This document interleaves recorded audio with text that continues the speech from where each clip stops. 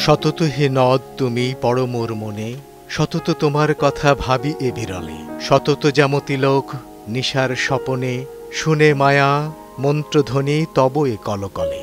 জুড়াই কান আমি ভ্রান্তির ছলনে, বহু দেশ দেখিয়াছি বহু নদ দলে, কিন্তু এ স্নেহের তৃষ্ণা মিটে কার জলে।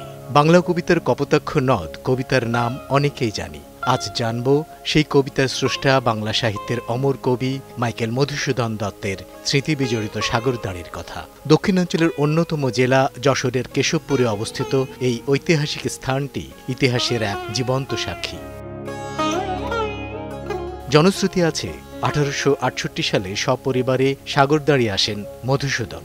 সে সময় ধর্মান্তরিত হওয়ার কারণে তার আত্মীয়রা কবিকে বাড়িতে উঠতে দেননি। পরে কপোতাক্ষ নদের পাড়ের এক কাঠবাদাম গাছের নিচে 14 দিন তাঁবু খাটিয়ে থাকেন তিনি। শেষমেশ দুঃখ ভরা মনে নদ ধরে হেঁটে যান বিদায় ঘাট পর্যন্ত, সেখান থেকে বজরায় করে কলকাতায়। 1965 সালের 26 অক্টোবর তৎকালীন সরকার বাড়িটিকে ঘোষণা করে পুরাকীর্তি হিসেবে। এরপর কবির ব্যবহৃত কিছু আসবাবপত্র ও স্মৃতিচিহ্ন নিয়ে গড়ে তোলা হয় মধুসূদন জাদুঘর। এখানে রয়েছে একটি লাইব্রেরিও।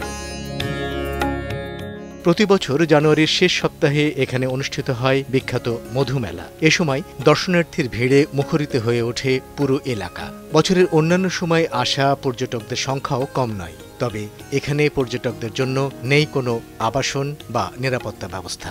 আমরা এখানে ঘুরতে আসছি মাগুরার থেকে, কবির বাড়ি দেখছি, কবির এইটা দেখছি, ঘর দেখছি, এইখানে সব অনেক অনেক জিনিসপাতি আছে, খুব সুন্দর লাগছে। সনেট যে কবিতাটা লিখছে এটা আমার দেশে বা বিশ্বে অন্য কেউ এভাবে কবিতা লিখতে পারি নাই।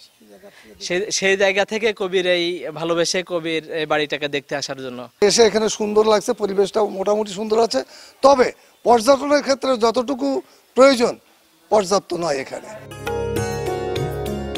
দেশের যে কোনো প্রান্ত থেকে সহজেই যশোরে এসে তারপর কেশবপুর হয়ে সাগরদাঁড়িতে আসা যায়। সময় সংবাদ, যশোর।